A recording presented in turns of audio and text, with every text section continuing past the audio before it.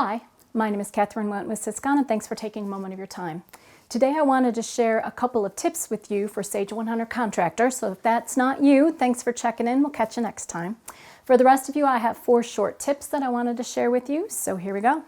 First one is tracking funeral pay or paternity leave, maternity leave, things like that where you've got some paid time off and it doesn't fit into the buckets of sick, vacation, and holiday, but you want to keep track of it.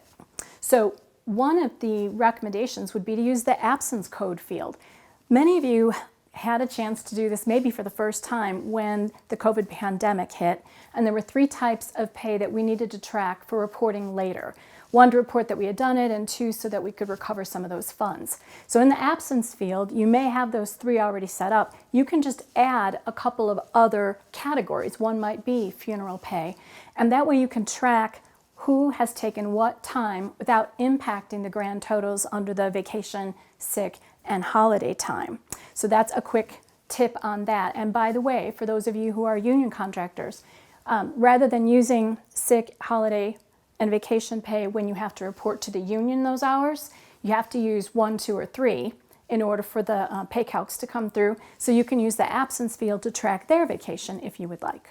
All right, item number 2, workers' comp.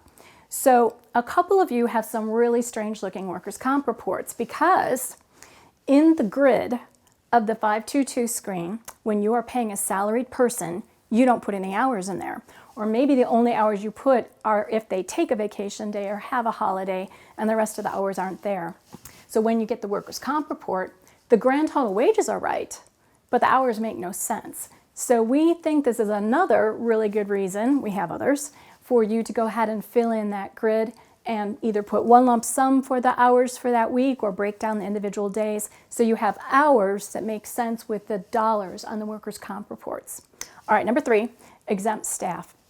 Many of you are using certified payroll reports, union or pay group, and you need to produce those, and your project managers may not be subject to those certified payroll reports. So in their employee screen, 521, just check the box that they're exempt from that, and that'll clean up your reports. Last one, hiding the gross wage field. So this has come up for a couple of our clients where they're running their job cost reports. Those expenses are fully burdened when they come from payroll. So it's gross wage plus the employer matching taxes, any benefits you might be paying that person as well, for a total cost to hit the job fully burdened. You've also discovered that if you don't make any changes to permissions, they can drill down and see the actual cost record, and in that record, there's also the actual gross wage, and they might be able to back into how much your person is being paid, and many of you don't want to do that, unlike in unions where all the journeymen are paid the same or something like that. Simple solution here in the 6.3 screen. In that gross wage field, you can put some security on there so you can limit who can actually see that one. You'll still have the fully burdened cost, but you won't have the actual gross wage. So those are the 4 tips. I hope you find those helpful. If you have other ones that you would like me to touch on in a future article or video, let me know. And for now, thanks for your time and have a great rest of your week.